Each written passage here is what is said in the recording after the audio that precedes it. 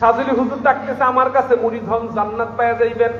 রেজভি হুজুর ডাকতেছে আমার কাছে, আসেন জান্নাত পেয়ে যাবেন। মাইজবান্ডারের হুজুরও ডাকে আমার কাছে, আসেন জান্নাত পেয়ে যাবেন। অলিতলার হুজুরও ডাকে আমার কাছে, আসেন জান্নাত পেয়ে যাবেন। জান্নাতের ডাক তো সবাই দিবে, এটাই স্বাভাবিক। সবার ডাক হবে, সবাই ডাক দিচ্ছে আল্লাহর পথে আসেন, আল্লাহর পথে আসেন। কিন্তু যদি এমন হয় কেউ যদি আপনাকে বলে ঈমান আনলেই চলবে, নামাজ লাগবে না, ঈমান আনলেই চলবে, রোজা লাগবে না, ঈমান আনলেই চলবে, কোনো আমল লাগবে না, ঈমান থাকলেই সব ঠিক, আর কিছু দরকার নাই, এই কথাটা রাসূলের পক্ষের কথা নাকি বিপক্ষের কথা? জোরে বলেন না, পক্ষের কথা না বিপক্ষের কথা? বিপক্ষের কথা, রাসূলের পক্ষের কথা এটা নয়। যে ঈমান আনে তার জন্য নামাজ শর্ত, যে ঈমান আনে তার জন্য রোজা শর্ত, যে ঈমান আনে তার জন্য যাকাত শর্ত, যে ঈমান আনে তার জন্য হজ শর্ত। যার ঈমান নাই তার নামাজ নাই, যার ঈমান নাই তার রোজা নাই, যার ঈমান নাই তার যাকাত নাই, যার ঈমান নাই তার হজ নাই। ঠিক কি না? নারায়ে তাকবীর, নারায়ে তাকবীর, আল্লাহু আকবার, নারায়ে রিসালাত, ইয়া রাসূলুল্লাহ, তরিকায়ে শাযলিয়া, জিন্দাবাদ জিন্দাবাদ, হক্কানি ওলি আল্লাহ যেখানে আমরা সেখানে, নারায়ে তাকবীর, আল্লাহু আকবার। আল্লাহ তাআলা বান্দাকে আল্লাহর দিকে ডাকেন, রাসূল আরবির উম্মতকে আল্লাহর দিকে ডাকেন। রাসূল আরবির উম্মতেরা যারা আল্লাহর প্রিয় বান্দা, যারা নেককার বান্দা, যারা আল্লাহ তাদের ব্যাপারেও কালামে পাকে বলে দিয়েছেন, ওই বান্দার চাইতে উত্তম বান্দার কেউ নাই যে মানুষদেরকে আল্লাহর দিকে ডাকে। আল্লাহকে যদি জিজ্ঞেস করি আল্লাহ জবাব দিচ্ছে, ওয়ামান আহসানু কওলান মিম্মান দাআ ইলাল্লাহ। বলেন আল্লাহু আকবার। ওই মানুষটার চাইতে কোন মানুষ উত্তম? যে মানুষটা মানুষদেরকে আল্লাহর দিকে ডাকে। বলেন আল্লাহু আকবার। কার দিকে ডাকে? কার দিকে ডাকে? আল্লাহর দিকে ডাকে। পীরের হাতে মুরিদ হয়েছে 10 বছর, 15 বছর, 20 বছর, নামাজ পড়তে পারে না, ওযুটাও ঠিক মতো করতে পারে না, আছে রাখে নাই। পীরের কাছে মুরিদ হয়েছে, ঠিক মতো ওযু করতে পারে না, চুলেকে সহি শুদ্ধ করতে পারে না, ঠিক মতো সালাত আদায় করতে পারে না, নিয়ম মতো আল্লাহর হুকুমগুলো পালন করার চিন্তা তার মনে নাই। মুরিদ হয়েছে, পীর বছরের শেষে একবার দেখা হবে, পীরের হাতে পকেট থেকে বের করে কিছু হাদিয়া পীরের পকেটে ধরিয়ে দিবে, পীরের হাতে ধরিয়ে দিবে, সে জান্নাতে চলে যাবে? কোশ্চিন গেল না, কোশ্চিন গেল না। যদি এটাই হইতো, আমার রাসূলকে ভালোবেসেছে, ইমানদার হয় নাই, কিন্তু রাসূলকে ভালোবেসেছে, আছে নাকি? রাসূলের চাচা আবু তালেব ঈমান গ্রহণ করে নাই, কিন্তু রাসূলকে ভালোবাসছে, রাসূলকে লালন পালন করছে, আদর যত্ন করছে, আগলায় রাখছে, সবচাইতে কাছে রাখছে আমার রাসূলকে, কিন্তু ঈমান আনে নাই। এজন্য জান্নাতি না জাহান্নামী? জান্নাতি বলেন, আওয়াজ করে বলেন, জান্নাতি। রাসূলের চাচা, আপন চাচা জাহান্নামী, শুধুমাত্র কারণ একটা, সে কারণ হচ্ছে সে আল্লাহ থেকে দূরে চলে গেছে, রাসূলের থেকে দূরে চলে গেছে, ঈমান আনে নাই। আমার রাসূল বলেছিলেন, চাচা আপনি তো আমার অনেক ভালোবাসেন, আপনি শুধুমাত্র একটু বলেন লা ইলাহা ইল্লাল্লাহ মুহাম্মাদুর রাসূলুল্লাহ, বলেন আপনি। সবাই বলে, কেমনে, কি বলো তুমি? তুমি নিজেকে এত ছোট করে ফেলবা, এত ক্ষীণ করে ফেলবা, হীন করে ফেলবা? তুমি কুরাইশ বংশের একজন গুরুত্বপূর্ণ দায়িত্বশীল। এই কথা বলেই মানুষের অন্তরে অহংকার ঢুকিয়ে দেওয়া হয়, ঠিক কিনা? আপনি সরকার বংশের লোক, আপনি প্রধানিয়া বংশের লোক, আপনি পাটোয়ারি বংশের লোক, আপনি উমর বংশের লোক, আপনার ভিতরে অহংকার ঢুকে যায়, আছে নাকি? অহংকার যদি আসে আপনার দুনিয়াও শেষ। আমি বড় পীর, আমার চিঠে পীর আর কি আছে, নাউযুবিল্লাহ মিন যালিক, এই কথা বলে মনে হচ্ছে অহংকার ঢোকা, ঢোকা। আমি বড় ইমাম, আমি বড় আলেম, আমি বড় পীর, আমি বড় শায়েখ, আমি বড় আলেম, এই চিন্তা তার ভিতরে থাকবে, বুঝতে হবে তার অহংকার তাকে ধ্বংস করে দিবে। এই ঘোষণা কার? যদি বলেন এই ঘোষণা কার? অহংকারের জায়গা জান্নাতে হবে না, অহংকারের জায়গা জান্নাতে হবে না, ধ্বংস হয়ে যাবে। আবু তালেবকে বললেন, আপনি মুহাম্মদুর রাসূলুল্লাহ বলেন না, শুধু লা ইলাহা ইল্লাল্লাহ বলেন, এটাও বলেন। বুঝতে পারছেন? এই অবস্থায় সে শেষ হয়ে গেছে। আল্লাহ রাসূলের দোয়া ছিল, আল্লাহ আমার চাচা আমারে খুব ভালোবাসতো, খুব আগলায় রাখছে, আপনি একেবারে ছোট্ট আযাবটা দিয়েন। আল্লাহ বললেন, নবী গো, ছোট্ট আযাবটাই দিব, আর সেটা দিব তার পায়ে এক জোড়া আগুনের জুতা পরিয়ে দিব, যে আগুনের জুতার তাপ এত বেশি হবে, শরীরের চামড়া গোশতগুলো, মাথার মগজগুলো টকবগাইয়া চতুর্দিকে ছড়াইয়া ছিটাইয়া পড়বে, হাড়গুলো আলাদা হয়ে যাবে। বলেন আল্লাহু আকবার। সামান্যতম জুতার পাওয়ার এমন হবে। আর এখন ঈমান নাই, হ্যাঁ ঈমান আছে, নামাজ লাগবে না, রোজা লাগবে না, আমল লাগবে না। আমার রাসূল ইন্তেকালের আগ মুহূর্তে বলে, আয়েশা আমার মাথাটা একটু উঠিয়ে ধরো, দেখি আমার সাহাবারা কিভাবে সালাত আদায় করে। বলেন আল্লাহু আকবার। ঠিক সেই মুহূর্তে আমার রাসূল সালাত ছাড়েন নাই। সালাত পড়তে পড়তে আমার রাসূলের কদম মুবারক গুলো ফুলে গেছে। বলেন আল্লাহু আকবার। আমার রাসূল প্রতি সোমবার বৃহস্পতিবার রোজা রাখতেন। জিজ্ঞেস করা হতো, আল্লাহর হাবিব আপনি তো রমজান মাসে রোজা রাখেন, শাওয়াল মাসে 6টা রোজা রাখেন, আবার এমনিতেও প্রতি সপ্তাহে রোজা রাখেন, আবার আপনি আইয়ামে 20 আরবি মাসের 13, 14, 15 রোজা রাখেন, এত রোজা আপনি কেমনে রাখেন? সাহায্য কার? আল্লাহ। রাসূলের কোনো গুনাহ ছিল না, তিনি তো ইবাদত করতেন। আর এখন নন্না সুন্না আলেম ওলামা, হ্যাঁ ফকির হয়ে গেছে, পীর হয়ে গেছে, 10 বছর গোসল করে না, এত দরবেশ। ল্যাংটা থাকে ওই বেটাও দরবেশ। নাউজুবিল্লাহ বলেন না, বলেন না নাউজুবিল্লাহ।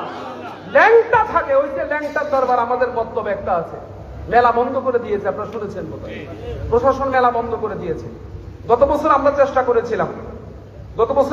করেছিলাম সেখানে বসতে, এই সমস্ত কাজার আসর, মহিলাদের অবাধ মেলা আসর বন্ধ করতে। গত বছর ডিসির সাথে আমাদের বৈঠক হয়েছে, এসপির সাথে বৈঠক হয়েছে, মতলব থানায় আমরা বৈঠক করেছি দায়িত্বশীলদের সঙ্গে। আমরা আলেম ওলামারা, চাঁদপুরের বড় বড় যারা আছে, আমি নগণ্য ছোটজন ছিলাম, কিন্তু আমরা শেষ পর্যন্ত রাষ্ট্রীয় প্রেক্ষাপটে সফলতা পাইনি। এই বছর আল্লাহ এর উপর গজব দিয়ে দিচ্ছে। ল্যাংটা উনি পীর, ওই যে আমাদের ফুলবাসের মালিক পাগলা, তিনিও পীর। এক ওয়াক্ত নামাজ পড়তো না, পেটে ব্যথা হলে বিড়ি পরা দিত, সাপ কাটলে বিড়ি পরা দিত, আপনি পেটে জ্বর হইলে বিড়ি পরা দিত, বাচ্চারাও বিড়ি পরা দিত, মহিলারা তার পিছে হাঁটতো। এই বেটা ছিল বড় পীর। আমার কথা বেজার হচ্ছেন না? খারাপ লাগছে না? এই কথা বলে ফুলবাস স্কুল মাঠে আমার মাহফিলে বন্ধ করে দিয়েছিল কয়েক বছর আগে। যখন এই ওয়াজ করতে গেছি, মাহফিলে বন্ধ করে দিয়েছে। কিন্তু বাস্তবতা আপনি যদি নেন, বাস্তবতা আপনি ধারণ করেন, আপনার মন মতো আপনি নেন, তাহলে কোশ্চিন গেল যে নামাজ পড়ে না, যে ল্যাংটা থাকে, উলঙ্গ থাকে, যে ব্যক্তি খারাপ কাজ করে না, সে পাগল। আমি তাকে দোষ দিচ্ছি না, কিন্তু তারে নিয়ে কেউ ব্যবসায় লিপ্ত আছে নাকি নাই? আছে নাকি নয়? এরাও মাঝে মধ্যে যাই, আপনার এমন অবস্থা দেখা যায়, 10 বছর গোসল করে না, ওই বেটা দরবেশ। নামাজ পড়ে না, তোর মনে মনে নামাজ পড়ে। কিসে নামাজ পড়ে? জোরে বলেন না, কষ্ট হচ্ছে আপনাদের? কিসে নামাজ পড়ে? আমার এলাকায় এক ল্যাংটা পাগলা আসছে নারায়ণগঞ্জ থেকে। তো আসার পর আমার আব্বার কাছে আসছে। আব্বা তো খুব কঠোর ছিলেন, এগুলো তো কোনোভাবে ছাড় দিতেন না আমার আব্বা। তো আব্বার কাছে আসার পরে তো হুজুর তো নামাজ পড়ে না, কি বলেন? তো জিজ্ঞাসা করলে মনে মনে নামাজ পড়ে। তো নামাজ আবার মনে মনে কেমনে পড়ে রে বাবা? এমন কিছু দরবেশ তো আছে যে নিজের প্লেটের মধ্যে ভাতের ভিতরে কই মাছ দেখে না, কাবা করে কুত্তা দৌড়ায়। কথা কয় না? আছে নাকি নাই? আছে নাকি নাই? এমন কিছু দরবেশ কিন্তু আছে, ফাঁকা বলি ছাড়ে। আল্লাহ এদের থেকে আমাদের হেফাজত করুক, সকলে বলি আমিন, জোরে বলি আল্লাহুম্মা আমিন। তো আমার আব্বার কাছে যখন সাবধান বললেন না, দরজা লাগাইয়া দিবেন, প্রথম বুঝাবেন, বুঝনা মারলে দরজা লাগাইয়া দিবেন।